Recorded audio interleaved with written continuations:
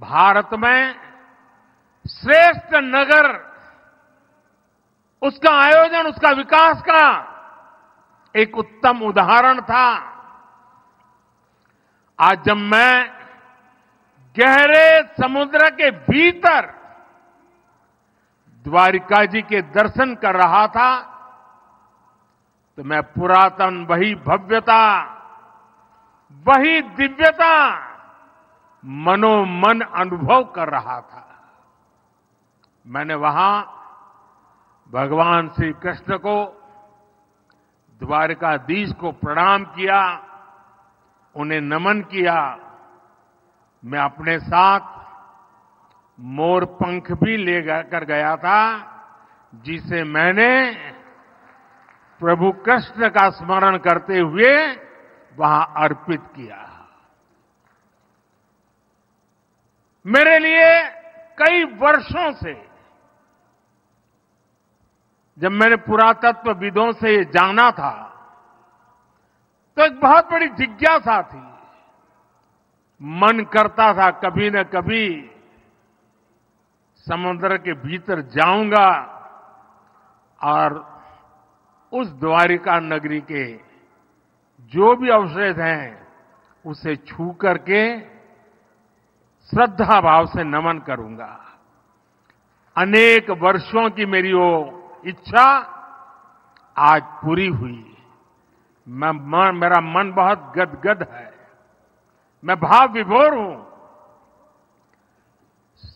दशकों तक जो सपना संजोया हो और उसे आज उस पवित्र भूमि को स्पर्श कर करके पूरा हुआ होगा, आप कल्पना कर सकते हैं मेरे भीतर कितना अभूत आनंद होगा। साथियों, 21वीं सदी में भारत के वैभव की तस्वीर भी मेरी आंखों में घूम रही थी और मैं लंबे समय तक अंदर रहा। मैं समुद्र द्वार और आज के यहां देर आई आने में, उसका कारण भी मैं अंदर काफी देर रुका रहा। मैं समुद्र द्वारका के उस दर्शन से विकसित भारत के संकल्प को और मजबूत करके आया हूं। साथियों, आज मुझे सुदर्शन सेतु के लोकार्पण का भी सौभाग्य मिला है। 6 साल पहले मुझे इस सेतु के शिलान्यास का अवसर मिला था। ये सेतु ओखा को बेट द्वारका द्वीप से जोड़ेगा। ये सेतु द्वारकाधीश के दर्शन भी आसान बनाएगा और यहां की दिव्यता को भी 4 चांद लगा देगा। जिसका सपना देखा, जिसकी आधारशिला रखी, उसको पूरा किया, यही ईश्वर रूपी जनता जनार्दन के सेवक मोदी की गारंटी है। सुदर्शन सेतु सिर्फ एक सुविधा भर नहीं है, बल्कि ये इंजीनियरिंग का भी कमाल है। और मैं तो चाहूंगा इंजीनियरिंग के, स्ट्रक्चरल इंजीनियरिंग के विद्यार्थी आकर के इस सुदर्शन सेतु का अध्ययन करें। ये भारत का अब तक का सबसे लंबा केबल आधारित ब्रिज है। मैं सभी देशवासियों को इस आधुनिक और विराट सेतु के लिए बहुत बहुत बधाई देता हूं। અને આજે જ્યારે આવડું મોટું કામ થાય છે ત્યારે એક જૂની વાત યાદ આવે છે. રશિયામાં અસ્ટ્રાખાન નામનું એક રાજ્ય છે. ગુજરાત અને અસ્ટ્રાખાન સાથે સિસ્ટર સ્ટેટનો આપણો નાતો છે. તો જ્યારે હું મુખ્યમંત્રી હતો ત્યારે રશિયાના એ અસ્ટ્રાખાન રાજ્યમાં એમણે મને નિમંત્રણ આપ્યું, હું ગયો હતો. અને જ્યારે ત્યાં ગયો તો મારા માટે આશ્ચર્ય હતું કે ત્યાં જે સારામાં સારી બજાર હોય, મોટામાં મોટો મોલ હોય તો એનું નામ ઓખા ઉપર જ હોય. બધાના નામ પર ઓખા. મેં કહ્યું કે ઓખા કેમ રાખ્યું છે?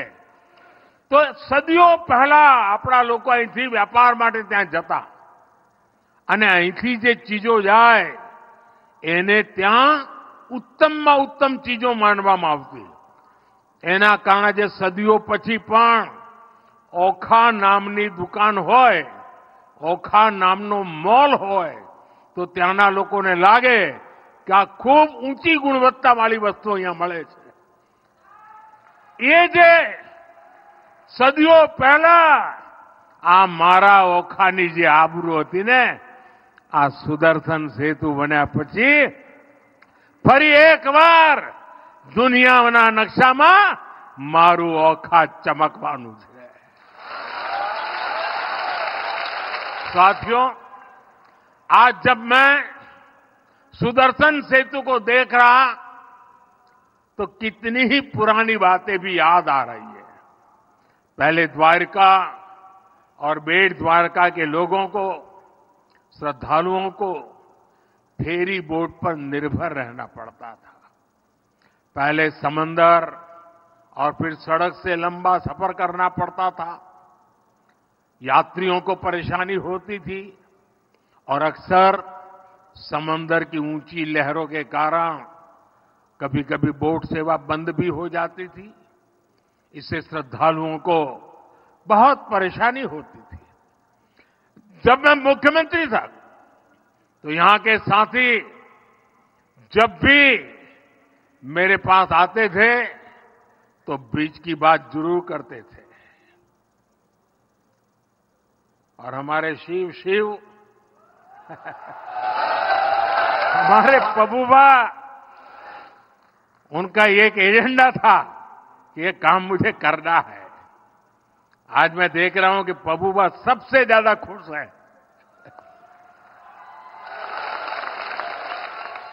साथियों, मैं तब की कांग्रेस की केंद्र सरकार के सामने बार बार ये बातें रखता था, लेकिन कभी उन्होंने इस पर ध्यान नहीं दिया. इस सुदर्शन सेतु का निर्माण यह भी भगवान श्री कृष्ण ने मेरे ही भाग्य में लिखा था. मुझे खुशी है कि मैं परमात्मा का आदेश का पालन करके इस दायित्व को निभा पाया हूं. इस पुल के बनने से अब देश भर से यहां आने वाले श्रद्धालुओं को बहुत सुविधा होगी. इस पुल की एक और विशेष बात है, इसमें जो शानदार लाइटिंग हुई है उसके लिए बिजली पुल पर लगे सोलर पैनल से ही जुटाई जाएगी. सुदर्शन सेतु में 12 टूरिस्ट गैलरी बनाई गई है. आज मैंने भी इन गैलरियों को देखा है. ये अद्भुत है, बहुत ही सुंदर है, सुदर्शन ही है. इनसे लोग अथाह नीले समंदर को निहार पाएंगे. साथियों, आज इस पवित्र अवसर पर मैं देवभूमि द्वारका के लोगों की सराहना भी करूंगा. यहां के लोगों ने स्वच्छता का जो मिशन शुरू किया है, और मेरे पास लोग सोशल मीडिया से वीडियो भेजते थे कि द्वारिका में कितनी जबरदस्त सफाई का काम चल रहा है। आप लोग खुश है ना? તમારા બધાને આનંદ થયો ના સફાઈ થઈ તો? એકદમ બધું સાફ સાફ લાગે છે ને? પણ હવે તમારી જવાબદારી શું? પાછું મારે આવવું પડશે સાફ કરવા? એ તમે આને સાફ રાખશો કે નહીં? જરા હાથ ઊંચા કરીને કહો. હવે આપણે દ્વારકાને ગંદી નહીં થવા દઈએ. મંજૂર? मंजूर? देखिए, विदेश के लोग यहां आएंगे, अनेक श्रद्धालु आएंगे। जब वो स्वच्छता देखते हैं ना, तो आधा तो उनका मन आप जीत ही लेते हैं। साथियों, जब मैंने देशवासियों को नए भारत के निर्माण की गारंटी दी थी, तो ये विपक्ष के लोग जो आए दिन मुझे गाली देने के शौकीन है, वो उसकी भी मजाक उड़ाते थे। आज देखिए, लोग नया भारत अपनी आंखों से बनता हुआ देख रहे हैं। जिन्होंने लंबे समय तक देश पर शासन किया, उनके पास इच्छा शक्ति नहीं थी।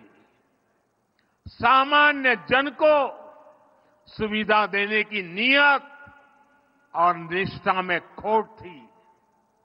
कांग्रेस की पूरी ताकत एक परिवार को ही आगे बढ़ाने में लगती रही।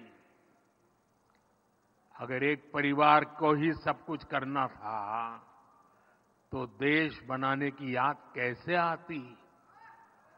इनकी पूरी शक्ति इसी बात पर लगती थी कि 5 साल सरकार कैसे चलाएं, घोटालों को कैसे दबाएं। तभी तो 2014 से पहले के 10 सालों में भारत को ये सिर्फ 11वें नंबर की इकोनॉमी बना पाए।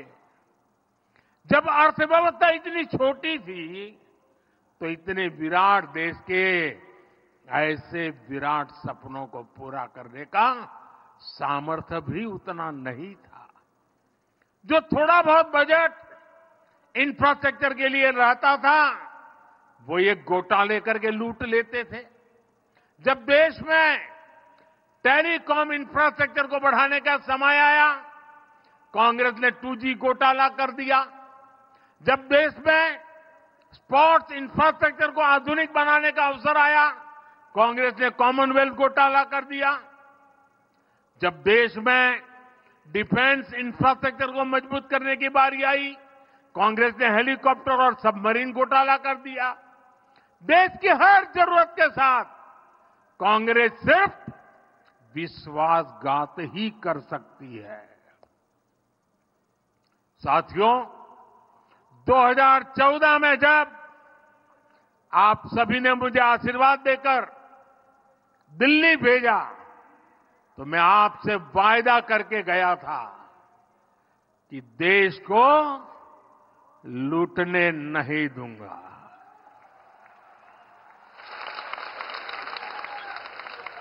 कांग्रेस के समय में जो हजारों करोड़ के घोटाले होते रहते थे, वो सब अब बंद हो चुके हैं। बीते 10 वर्षों में हमने देश को दुनिया की 5वें नंबर की आर्थिक ताकत बना दिया, और इसका परिणाम आप पूरे देश में ऐसे नव्य, भव्य और दिव्य निर्माण कार्य देख रहे हैं। एक तरफ हमारे दिव्य तीर्थ स्थल आधुनिक स्वरूप में सामने आ रहे हैं, तो दूसरी तरफ मेगा प्रोजेक्ट से नए भारत की नई तस्वीर बन रही है। आज आप देश का ये सबसे लंबा केबल आधारित सेतु गुजरात में देख रहे हैं। कुछ दिन पहले ही मुंबई में देश का सबसे लंबा सी ब्रिज पूरा हुआ। जम्मू कश्मीर में चिनाब पर बना शानदार ब्रिज आज दुनिया भर में चर्चा का विषय है। तमिलनाडु में भारत का पहला vertical lift bridge new Pamban bridge भी तेजी से काम चल रहा है।